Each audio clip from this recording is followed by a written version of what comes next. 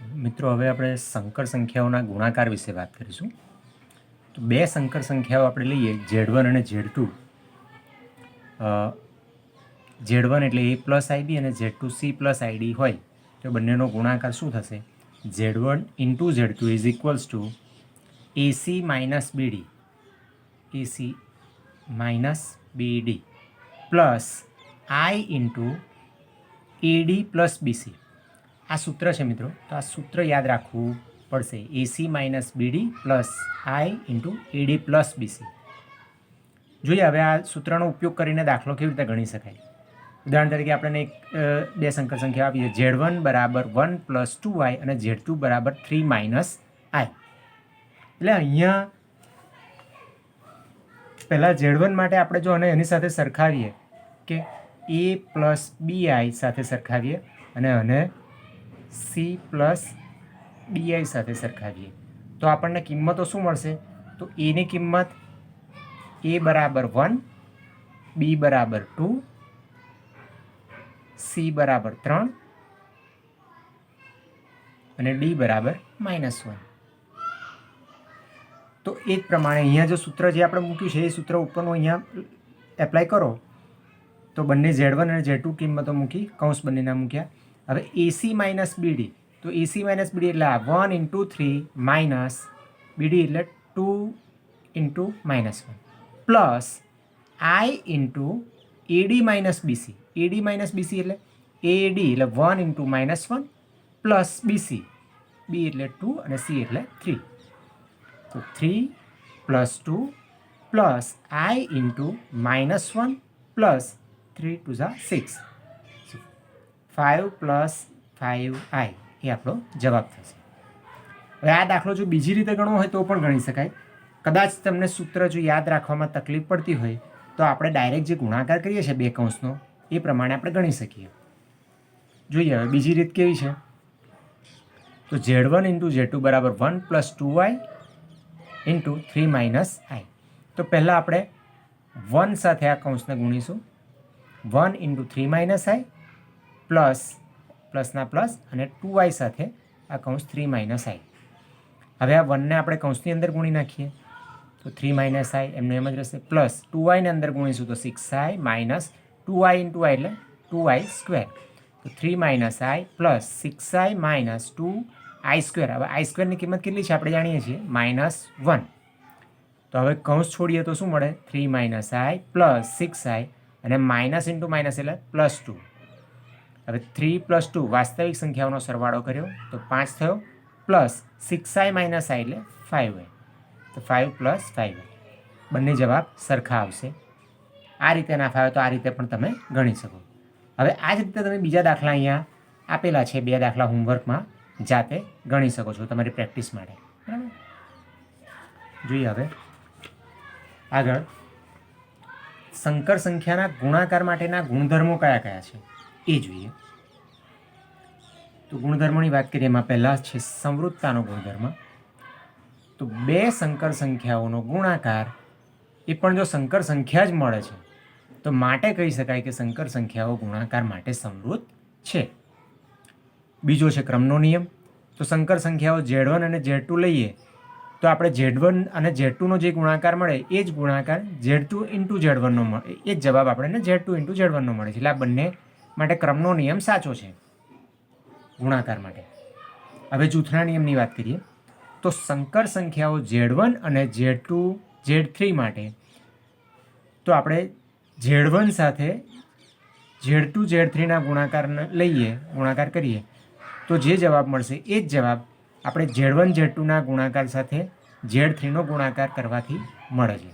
તો જૂથનો નિયમ પણ અહીંયા સાચો છે.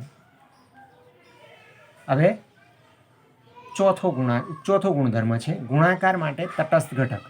એટલે અહીંયા એક એ સંકર સંખ્યા છે. કેવી રીતે? તો એકને આપણે 1 + 0 લખી શકાય, 1 + 0 into I. 0 multiplied by anything that is 0 એટલે 1 + 0I એટલે 1 જ કહેવાય, સંકર સંખ્યા છે. તો કોઈ પણ સંકર સંખ્યા Z માટે Z ઇન્ટુ 1 બરાબર Z થાય અને એ જ રીતના 1 ઇન્ટુ Z બરાબર પણ Z થશે. તો આમ આપણે જોઈએ કે 1 વડે ગુણીએ તો આના જવાબમાં કોઈ ફરક પડતો નથી, ઝેડનું ઝેડ જ રહે છે. તો માટે 1 એ શું થશે? 1 એટલે કે 1 પ્લસ આઈ ઇન્ટુ 0 એ ગુણાકાર માટે તટસ્થ સંખ્યા સંકર સંખ્યા છે. હવે વાત કરીએ વ્યસ્ત ઘટકની. પાંચમો છે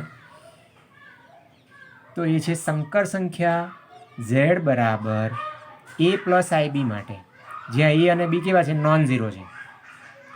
તો 1/z શું થશે? એનું સૂત્ર છે વ્યસ્ત, એટલે 1/z લઈએ તો વાસ્તવિક સંખ્યા, વાસ્તવિક ભાગ અને છેદમાં a square plus b square, આ બંનેનું સ્ક્વેરનો સરવાળો, પ્લસ આઈ ઇન્ટુ હવે જે કાલ્પનિક ભાગ માઇનસ કરીને કાલ્પનિક ભાગ છેદમાં a square plus b square. આ સંકર સંખ્યા ઝેડનો આ વ્યસ્ત થશે. મિત્રો આ સૂત્ર તમે યાદ રાખવું પડે. ઝેડની સંકર સંખ્યાનો વ્યસ્ત થશે 1/z.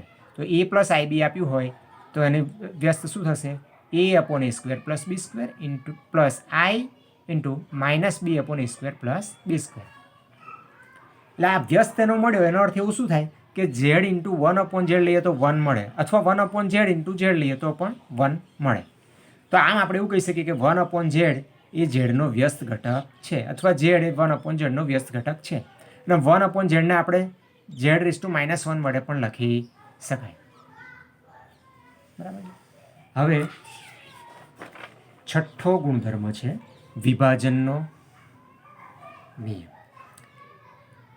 તો વિભાજનનો સંકર સંખ્યાઓ Z1 અને Z2 Z3 માટે પહેલું છે Z1નો આપણે ગુણાકાર Z2 પ્લસ Z3 સાથે લઈએ તો જવાબ શું મળશે?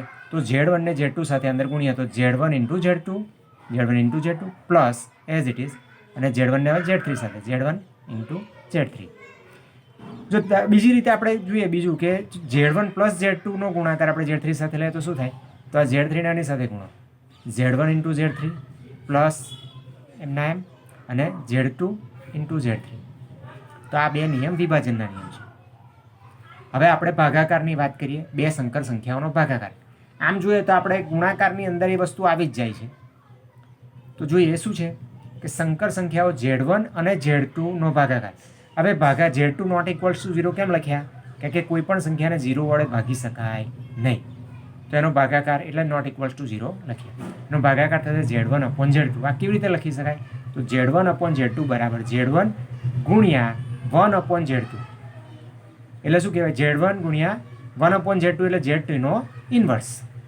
એ રીતે પણ લખી શકાય. જોઈએ એનું ઉદાહરણ જોઈએ કેવી રીતે શોધી શકાય, એનો ભાગાકાર કેવી રીતે શોધી શકાય. તો બે સંકર સંખ્યાઓ આપણી પાસે છે. Z1 બરાબર 6 પ્લસ 3i અને Z2 બરાબર 2 માઇનસ i. આનો ભાગાકાર લઈએ તો શું થશે? Z1/Z2 એટલે શું કહેવાય? Z1 into Z2નો inverse. તો Z1ની સંખ્યા લખી 6 પ્લસ 3i અને Z2 ઇન્વર્સ એટલે કે Z2 એટલે 2 માઇનસ આઈનો ઇન્વર્સ. તો હવે પહેલો કૌંસ છે 6 પ્લસ 3i આપણે એમને એમ રાખીશું, એને હમણાં અડતા નથી. હવે 2 માઇનસ આઈ એટલે 2 પ્લસ -1 ઇન્ટુ આઈ એનો ઇન્વર્સ એવું પણ કહી શકાય. તો આગળ આપણે સૂત્ર જોયું હતું, એ સૂત્ર હવે યાદ કરો. શું હતું વ્યસ્ત માટેનું?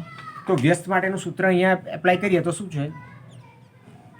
a પ્લસ આઈ બી હોય તો a/a square plus b square plus I into minus b/a square plus b square. તો આ જ સૂત્ર આપણે અહીંયા લાગુ કરવાનું છે. તો a એટલે 2 છે અને b એટલે -1 છે. તો વાસ્તવિક ભાગના છેદમાં વાસ્તવિક ભાગ 2 છેદમાં a square plus b square. a square એટલે 2 સ્ક્વેર પ્લસ b સ્ક્વેર એટલે -1નો સ્ક્વેર. અહીંયા પણ એ જ આવશે a square plus b square છેદમાં, અને અહીંયા plus I into minus b એટલે -1 છે, b -1 છે અને બહાર માઇનસ. હવે સાદુરૂપ આપીએ તો 2 અહીંયા થશે 4 વત્તા 1 એટલે 5 થઈ જવાના છેદમાં. તો 6 પ્લસ 3i બીજા કૌંસમાં 2/5 પ્લસ i ઇન્ટુ 1/5. જો અહીંયા 1/5 છે એ આપણે બહાર સામાન્ય લઈ લઈએ તો 1/5 બહાર લઈ લીધા. તો અહીંયા 2 પ્લસ i રહેશે, 6 પ્લસ 3i એમના એમ. તો 1/5 એમના એમ. હવે આ બંને કૌંસનો ગુણાકાર, જેમ આપણે સાદું ગુણાકાર કરીએ છીએ એ જ પ્રમાણે 6ને અથવા ડાયરેક્ટ પેલું સૂત્ર પણ યાદ રાખી શકો. સંકર સંખ્યાના ગુણાકારનું સૂત્ર AC માઇનસ BD એટલે 2 ઇન્ટુ 6 માઇનસ BD એટલે 3 into 1 plus I into AD plus BC. AD plus BC, AD એટલે 2 ઇન્ટુ 6 પ્લસ BC એટલે 3 × 2, તો આ થશે 9 + 12i, તો જવાબ આવ્યો 9/5 + i × 12/5. હવે આઈના ઘાત વિશે વાત કરીએ તો આઈ બરાબર શું છે? પહેલું આઈ બરાબર વર્ગમૂળમાં -1 છે, આપણે જાણીએ છીએ. તો આઈ સ્ક્વેર શું થશે? તો અહીંયાથી વર્ગમૂળ દૂર થઈ જશે, -1. આઈ ક્યુબ શોધવો હોય તો શું થાય? તો આઈ સ્ક્વેર × આઈ કહેવાય. આઈ સ્ક્વેરની કિંમત આપણે જાણીએ છીએ -1, તો અહીંયા -1 મૂક્યા તો -1 × આઈ એટલે -i. i⁴ લખવું હોય તો એ વધારે સહેલું થઈ જશે, આઈ સ્ક્વેર × આઈ સ્ક્વેર એટલે -1 × -1 એટલે +1 થઈ જશે. જો આઈની 5 ઘાત લખીએ તો શું કહેવાય? તો આઈની 4 ઘાત × આઈ એટલે 5 ઘાત કહેવાય, અને આઈની 4 ઘાત એટલે ફરીથી આઈ સ્ક્વેરનો સ્ક્વેર.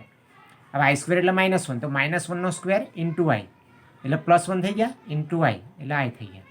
i⁶ લખવું હોય તો આઈ સ્ક્વેરની 3 ઘાત તો થશે -1ની 3 ઘાત એટલે -1. i⁷ એટલે આઈ સ્ક્વેરની 3 ઘાત × આઈ, તો આઈ -1ની 3 ઘાત × આઈ એટલે -i. હવે આ જ વસ્તુને આપણે હવે ટૂંકમાં લખો કેવી રીતે લખી શકાય? તો આમ આપણે જોઈ શકીએ કે જુઓ 4 ઘાત હતી તો અહીંયા જવાબ શું આવતો? તો 1 આવતો, એટલે i⁴k લખીએ તો 1 જવાબ આવે. આઈ 5 ઘાત હતી તો શું આવતું હતું? તો 4k + 1 કહીએ તો -i, 4k + 2 કહીએ તો -1, 4k + 3 કહીએ તો -i. એટલે ટૂંકમાં આપણે એવું કહેવાય કે ઘાતમાં આપણે જો 4નો વધારો કરીએ તો મૂલ્યનું પુનરાવર્તન થાય છે. જેમ કે આઈ સ્ક્વેરની કિંમત -1 હતી, તો આઈ સ્ક્વેરની કિંમતની અંદર આપણે જો 4 ઘાત ઉમેરી ઉપર તો આઈની 6 ઘાત થઈ એનું મૂલ્ય પણ -1 આવે છે. એ જ રીતના જો આઈની 3 ઘાત એનું મૂલ્ય -i હતું, તો આઈની 3 ઘાતની અંદર જો 4 ઘાત ઉમેરી તો આઈની 7 ઘાતનું મૂલ્ય પણ -i છે. બરાબર. હવે આપણે થોડું સાદુરૂપ આપી દઈએ. જો એક દાખલા જોઈ લે, થોડાક ઉદાહરણ, કે આઈની 13 ઘાત હોય તો શું લખાય? તો આઈની 12 ઘાત + 1 એટલે આઈની 4 × 3, 4 × 12 + 1 એટલે કેટલા થયા? 4k + 1. તો 4k + 1માં શું હતું? તો ઉપર આઈ હતા, 4k + 1માં તો અહીંયા આઈ હતા, તો અહીંયા જવાબ શું આવશે? આઈ. એ જ રીતના બાકીના 2 દાખલા આઈની 50 ઘાત અને આઈની 100 ઘાત તમે જાતે ગણી શકો છો.